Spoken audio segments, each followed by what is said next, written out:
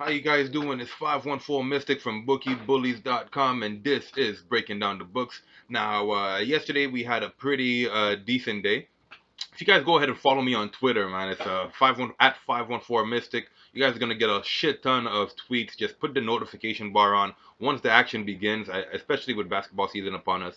Once the action begins, I'm all about the live play. So even if you take a L on your pre games, I give a bunch of high-paying live plays. They're not always gonna hit, but if you guys are using any sites like let's say Bet365, Sports Interaction, Bulldog, 888 Sports, a lot of these guys give you cash out options. So I'm telling you, like, yesterday we did amazing with a lot of the live plays going on in basketball. The last game we ended up hedging our bet, so we didn't lose, but we didn't gain too much. But there was a lot of profit to be made. And trust me when I tell you this, it's all over for all sports, whether it's basketball, hockey, baseball.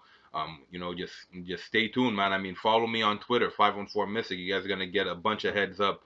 I might bother the crap out of you with all the tweets, but yeah, there's often work. Anyways, with the show, with Bookie Bullies last night, sorry, with breaking down the books last night, gave you guys a few picks. We didn't do too bad. Gave you an NHL, gave you Pittsburgh Penguins money line. They could not get it done for us.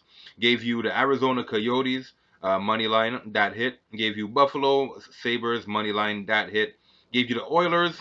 They got pulverized 3-0 in the first period and went on to lose 3-0. That was actually a live play I offered, which was paying 12.25 at one point and 19.50 at one point. They never came back.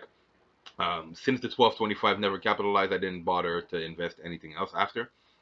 Gave you guys Vegas under 6.5, that hit, and the Washington Capitals at underdog money line, that hit. I also gave the Washington Nationals versus the Astros under 6.5, that went over. And in basketball, gave the under 229 in the Raptors game and Lakers money line. Lakers could not get it done. If you guys watched the game, pretty good game all around. I wasn't overly impressed with how passive LeBron James was, but that's another story for the next time they play, and we'll get into that. So all in all, we didn't have such a bad day yesterday. Made some money, made some money. The live plays were great. And today's a new day. So we're going to start off with the NHL. Short slate of games. Two games. We got Detroit Red Wings versus the Ottawa Senators, where we got John Bernier at net for the Detroit Red Wings, and we got Anders Nielsen at net for Ottawa. Now, this game is probably a stay away, right? I would consider it to be a stay away. Ottawa's actually a favorite. They're favorite today to win at home. There's no real reason Anders Nielsen doesn't actually have a win at home yet.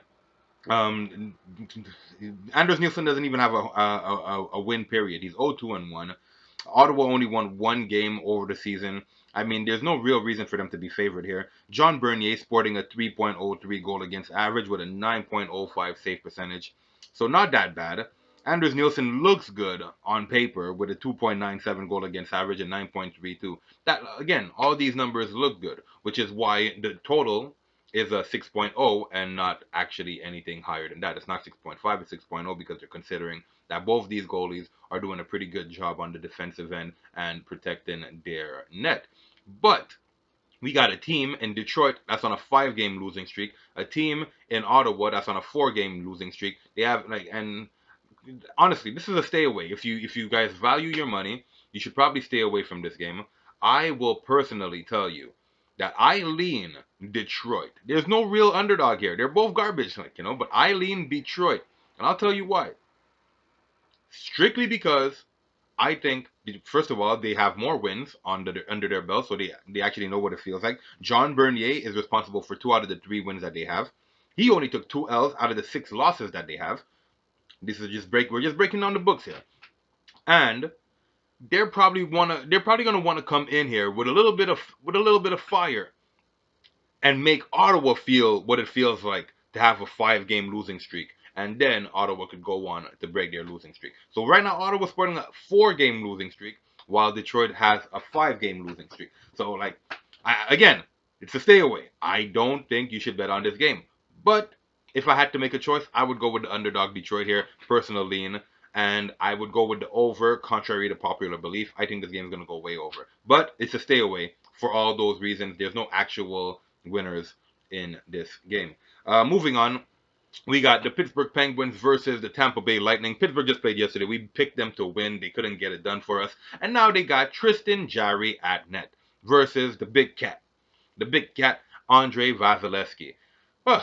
Well, I think this is it's pretty much a gimme here. If you don't have, and obviously Tampa Bay is a favorite.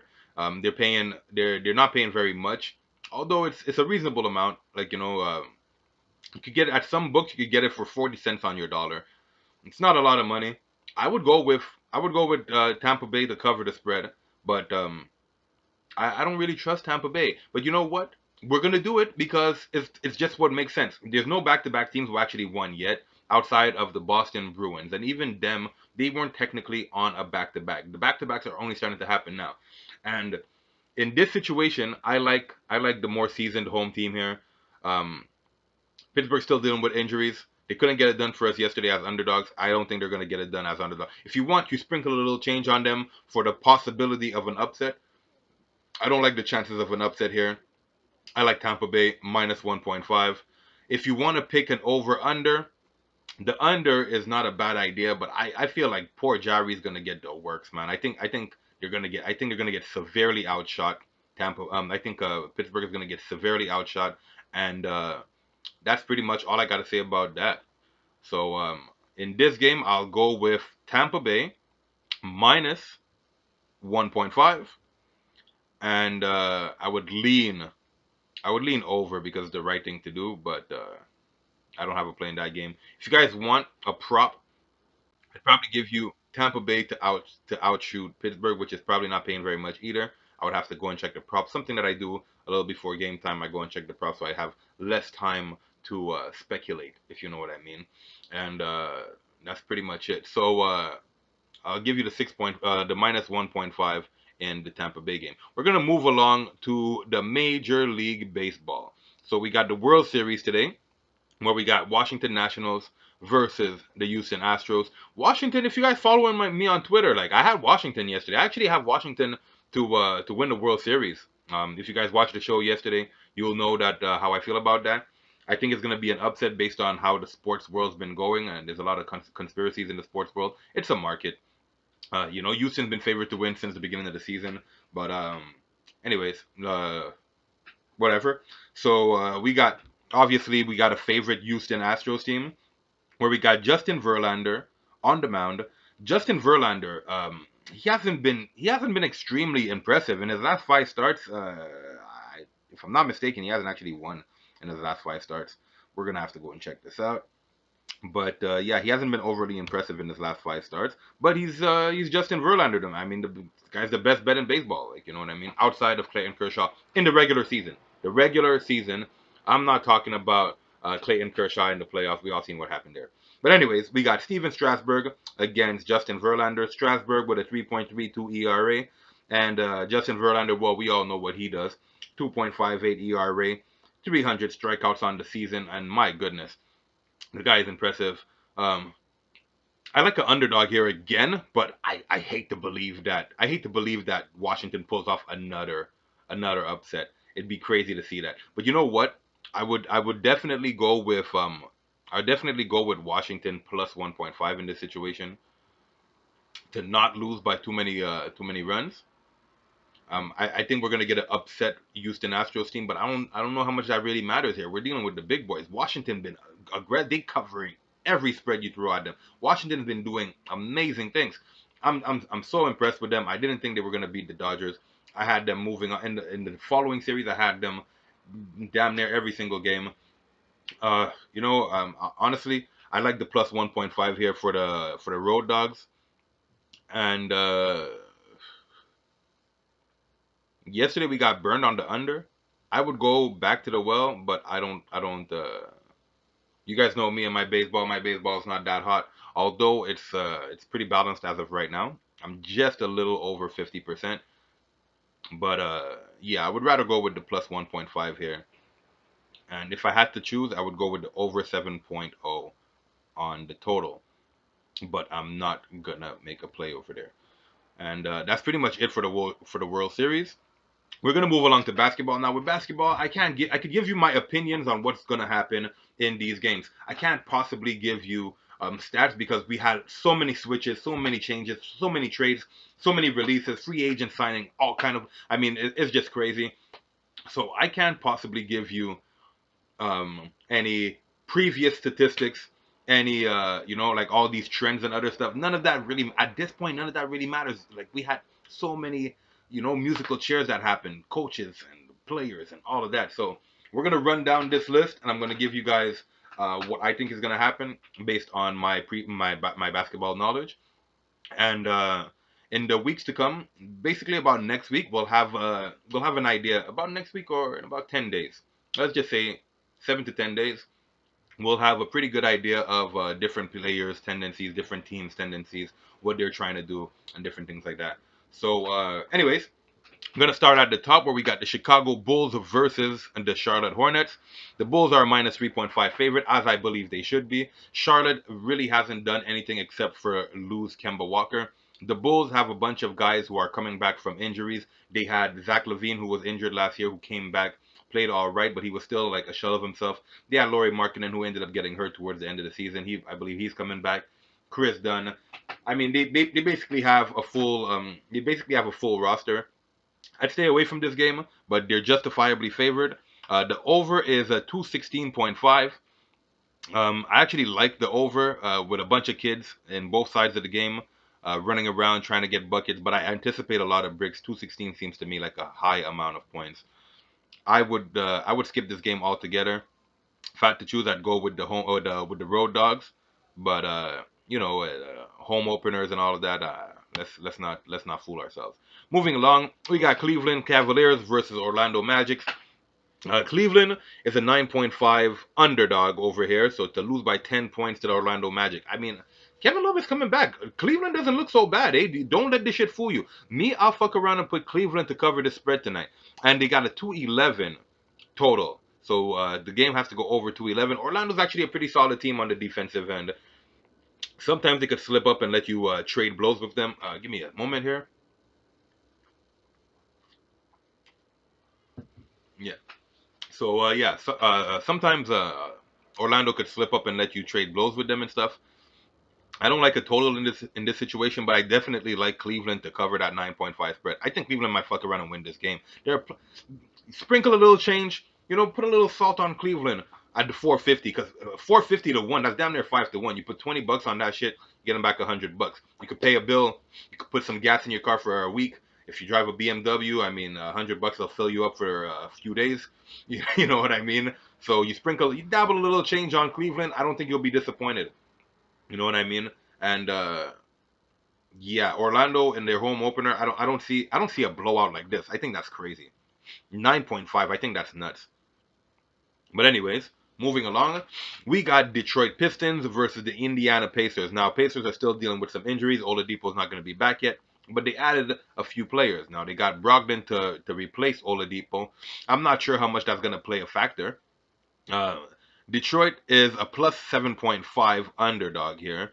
And Detroit still has a bunch of bad boys on their team. If anything, I would look at the game props and see where they have Andre Drummond at on his rebounds.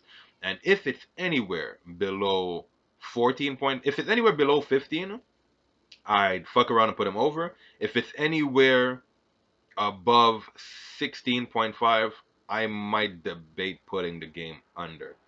Putting him under on his board. But that, again, I'm just talking out here. I'm just throwing out thoughts. Um, I'm anticipating a lot of bricks in all these games. I think all these games are gonna have a bunch of bricks. I think jitters are gonna play a factor. Um, I think people are gonna try to play defense more than anything else. People are gonna be chucking up a lot of threes and they're gonna be missing a lot of threes. So I don't know. But 7.5 underdog Detroit Pistons. I I'd hate to bet against Indiana because Indiana they know how to play. They know how to play their game. They play a good game and they know how to respect their game. And a 210.5 total. So if anything, I'll go with the under in this game. I won't give you guys any winners. I won't give you guys a spread, but I'll definitely go with the under 210 in this game, anticipating a shit ton of bricks. And moving on, we got the Boston Celtics versus the 76ers. Now, the Sixers are a 6.0 favorite. The total is 214. This should be an interesting game. Boston typically wins the games between the Sixers and Boston. I don't think this is going to be the case. I really don't. I think Sixers probably come out of the East this year, outside of a few personal leans to come out of the East. And I'm not talking about Milwaukee. I like the 6.0 over here. I'll go with Sixers. The total, I find the total is a little low. We got a lot of kids. People are forgetting Boston lost their defensive anchor in Al Horford. I mean, he was the guy. He was their guy who did pretty much everything. You know, outside of getting rebounds, this motherfucker couldn't get boards to save his life. I don't know what's wrong with Al Horford, but he couldn't get boards to save his life. But he did everything else. He played defense. He guarded every position. He was great in pick and rolls. And now he's gone. Where did he go? Philly. This is where he's playing now. This is where Al Horford is found. You could find them on Philly. I think he knows all these guys' tendencies. I think he knows everything that's wrong with them, and I think he gave them the playbook. Give me Philly minus 6.0 to cover that spread. That total is a little low for my liking, but I don't think Boston's going to score that many points anyways. So that'll be that for that. Moving along, we got Memphis versus Miami. Miami's an 8.0 favorite, while the total is at 214. 214. Now, they say Memphis is the grindhouse. We're not in Memphis. We're in Miami. Memphis is not a team that, anyways, even if they were still the grindhouse, on the road, they never really performed like that. They never really did grindhouse stuff on the road. Their grindhouse stuff was really restricted to their home court. So on the road, we got the Miami team who has a potential Rookie of the Year candidate. They got Jimmy Butler, who's a freaking gamer. That guy's a baller. He comes out to play. We got a healthy Dion Waiters. There's some things going on in Miami, and I'm hyped to see what's going on. I think 8.0 is a lot, but justifiably so. Memphis, um, Memphis is a young team, and I don't think they quite know what they're doing yet.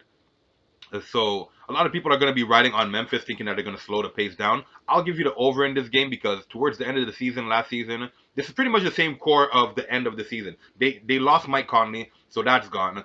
We know what happened when Marc Gasol went to Toronto, got a ring. So honestly, I see an over in this game. Miami could probably push the pace. They could probably play some good D, but I think there's gonna be a fast paced game.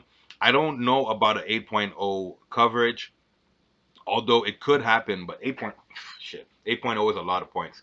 I'll wait. I'll wait a little bit to see how it goes, and probably even I'll probably sprinkle a little bit of money on an in play once that game gets started if it doesn't get out of hand too quick. But I'd much rather go with the over 214 in that game. And that'll be the only pick I have in that. Moving on, we got the Minnesota Timberwolves against the Brooklyn Nets. Brooklyn is favored by 3.5. The total is at 229. And, well, shit, it's obviously going to be 229 because Timberwolves lets people score all over them. That's just what they do. And it's not because they're a fast team or they could score or they could do anything. It's because they allow teams to score all over them. Give me the 3.5. I'm not going to break this down too long. I think Kyrie Irving and the boys have a pretty good opening today, and I think that they're going to blow these guys out. I think 3.5 is a little bit too low. I don't see a reason why they wouldn't. It's pretty much the same core. They added a few guys. They added DeAndre Jordan for the rebounds, who will be able to defend Cat. They added Kyrie Irving, who's all world. I mean, that guy, probably my favorite player in the league outside of Kevin Durant and Boogie Cousins, who's currently not playing. Like, those are basically my three favorite players in the league. Just a little side note, but yeah, I think that's way too low of a spread. I think they cover that shit with flying colors. 229 might be a bit of a stretch, but I mean, you're giving a scorer a chance to score. So I wouldn't put it past Brooklyn and Minnesota to go over that too. I find it very high, but I wouldn't put it past them. Brooklyn was a defensive team last year, so they were a very gritty team. So I would, if you want the under, you're not crazy. But Minnesota is pretty much the same core over here, at the exception of a few additions. But yeah, yeah, I'm not gonna give the 229. I'll probably sprinkle a little bit of change on it on my own time, but I'd much rather go with Brooklyn to do what they have to do, cover that 3.5 spread today. Moving along, we got the Knicks versus the Spurs. Spurs are 10.5 favorites, 214 on the total. Give me the under in that game. I think Pop does a good job at handling the home openers. I overheard a sharp saying that Pop doesn't typically blow teams out in the beginning of the season. I don't know where these people get their stats from. I don't know where these people get their information from. But Pop covers spreads. I mean, that's just what he does. Unfortunately, he doesn't have the personnel to do it. He has DeRozan now. Like, who's DeRozan? But he has a bunch of guys who were injured last year, a bunch of guys who didn't get a chance to really perform, and they're all back. I think that spread is not only a trap because Knicks could be balling. Well, I'm hyped to see what they do, but I believe that this game is gonna go under.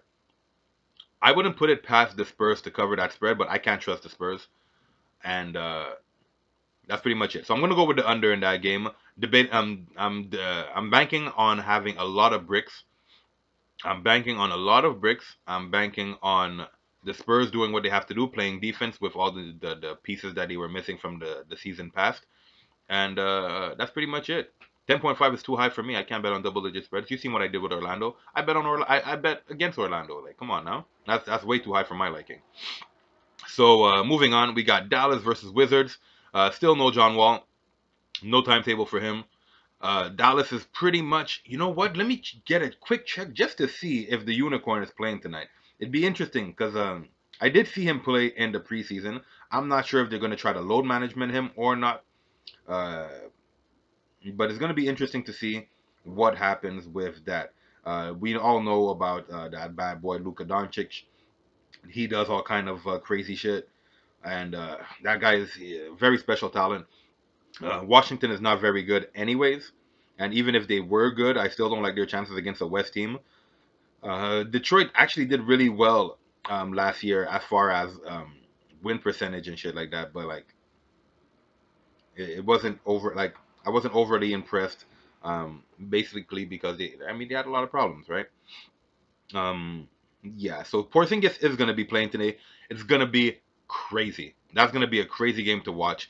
That spread is a little high, but in East versus West matchups, I always like the West's chance to cover. Outside of like obviously, the Knicks have some additions, and yes, I said the Knicks because like I said, it's the East like in the East versus West matchups.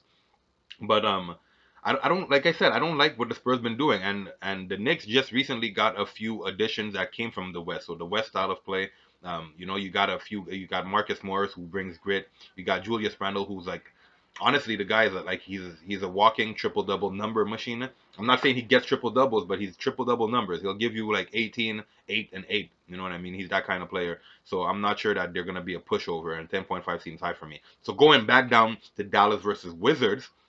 Wizards are not at all like this team. All they got is Bradley Beal, who just signed a steal of a deal, the 4 year extension and or was it a 2 year extension? It doesn't really matter. 8.5 at home. Dallas did very well at home last year. They pretty much have the same core. They added the unicorn. I like their chances here. 220 is a little high, but granted, Washington was top three in totals last year. So it was Minnesota, Washington, and I'm just going off the top of my head. But I remember it was Washington, Minnesota, and I want to say Phoenix. Maybe not Phoenix, but I want to say Phoenix. But anyways, it was three top teams in totals, and definite Washington was definitely in the top teams in going over. So yeah, don't touch the under if that's what you're trying to do. And if anything, you could bet on Dallas to cover. They did well at covering at home, and I like their chances here. You know what I mean? I do like their chances here. Moving along, we got OKC versus the Jazz. 9.0 favored for the Jazz, 221.5 for the total. I think this is going to be an under game. I think 221 is very low. The Jazz, they play very well. They play very good defense. They have the best defensive big in the league, Rudy Gobert. OKC, I think people are sleeping on them a little bit. I think Chris Paul's going to show you guys how to use Steven Adams. I think it's going to be interesting as hell. I think they're going. I think they're going to be very interesting to watch. I don't have a pick in this game, but I will give you the under as an official play just because you know what I mean. I'm gonna like man, I'm just so excited for this basketball season. I'm so stoked and I'm so hyped to see what's gonna happen. I'm gonna be watching every single one of these games. Maybe a little, maybe pieces of some, but I'm going to be monitoring and watching every single one of these games, and I'm not scared of taking a few L's to learn a few lessons, if you know what I mean. We have a long season ahead of us. We're going to be here until June, so stay tuned and be aware. So I like the under in this game. We got we got a Utah team who knows how to play defense. We got an OKC team who still knows how to play defense. They're gonna have a real point guard. No offense to Russell Westbrook, who I'm a big fan of. But no offense to Russell Westbrook, we're gonna have a genuine point guard who, when he gives you the ball, you get it in your hands the way that you need it, the way that you want it. And I'm interested to see what Chris Paul does. We haven't heard a lot from him since the trade with Houston and OKC, so I'm hyped to see what happens here. But I'll give you the under in that game. Denver versus Portland. We got to pick them here with Denver a favorite at minus 1.0. Totals at 217. I like the over in this game, but I'm not going to give it to you. And I don't like a winner. I'm going to skip this game altogether. Excuse me. Game of the night. It's going to be a game of the night. If I had to pick a game to be the game of the night, it would be that. But I don't have a play in that game. If you want to bet on Portland, they're like a slight underdog. Excuse me. They're a slight underdog. So, but I don't have a play in that game. I'll monitor it. I'll watch it. I lean Portland. I lean the home team, but and they're underdog. So I lean the home underdog, but I don't have a play in this game. Moving on, we got the Sacramento Kings versus the Phoenix Suns. New coach in town for the Kings. They still got a few bad boys over there. They got guys who could score. And Phoenix also got some guys who could score. I'm interested to see what happens in this game. I honestly think that this year Phoenix is going to stop being slouches. Bold prediction: Phoenix stops being slouches. Maybe they finish ninth, 10th in the West. Sacramento probably doesn't make the playoffs with all the crazy shit that's going on. So I think they're going to be. I think these two teams are going to be battling it out for the last two spots right under the 8 players, the 8 teams who actually make the playoffs. I don't have a play in this game. 232 is the total. Like I said, minus 1.5 Sacramento favored. I don't have a play in this game. Neither over, neither under, neither none of that stuff. I think they're very evenly matched. These guys. I won't be surprised if Phoenix pulls off the upset. I like Phoenix at home. Honestly, a lot of times last year, people bet against Phoenix, thinking that they were just gonna cover every. Phoenix was like in the top 50, in the top 40 percentile in covering spreads last season. Just FYI, like they weren't just pushovers. Yes, they lost a lot of games. I'm not saying that they were just coming and playing guys and yeah, well, we're gonna win today. No, no. I'm just saying when it came to the numbers, if they were underdogs 16.5, they probably lost by 12. If they were underdogs by 12, they probably lost by 8. Like, so they did really good at covering spreads. And I like their chances. I like their chances today in their home opener. But again, Sacramento got a lot of guys who could score. Phoenix also got some guys who could score. But it's gonna be the defense. The defense is gonna make the difference here, And Sacramento lost one of their defensive anchors. I guess you could call him that. He never, Willie Cauley-Stein. He's not there no more. But how much does that really matter? I don't know. We're gonna have to wait and see. Anyways, that's it for me for the day. Before I go, I'd like you guys to go ahead and smash that like button, destroy that like button, comment, share, subscribe, tell your friends what's going on here. I'm giving out free picks. Again, best of luck to all. Don't bet what you can't afford to lose. And I'm gonna give you the rundown, the Bookie Bullies rundown. So breaking down the books over here, starting from hockey. We got the Tampa Bay Lightning minus 1.5. We got the Washington Nationals plus 1.5. We got the Cleveland Cavaliers plus 9.5. We got the under 210 in the Pistons versus Pacers game. We got the Philadelphia 76ers to cover the 6.0. We got the over in the Memphis versus Miami game. We got Brooklyn to cover the 3.5 spread. We got New York versus Spurs under 214. We got Dallas Mavericks minus 8.5. And we got the under 221.5 in the OKC game. And that's pretty much 10 plays for the day. We're going to hope for winners. Hopefully we get we hopefully we hit them all. But again, like this is just the beginning of the basketball season. Expect a few to fail, but I think this looks pretty good. Anyways, BOL. Best of luck to all. And like I tell you all the time, please, please, for God's sake, do not bet what you can't afford to lose. You put up what you could afford. It's not a race, it's a marathon. We want to get to June with the most money possible. Yes, we're gonna take L's along the way, but with those L's, when we win, those winners cost more than those L's do. We could lose $20 today, $200 today, $2,000 today, but when we win, it's gonna be 4,000, 40,000, 50,000. We're trying to finish the year with at least $30,000 in victories and with a 55 or higher percentage. So again, be well to all, be good, be safe, and I'll see you again tomorrow.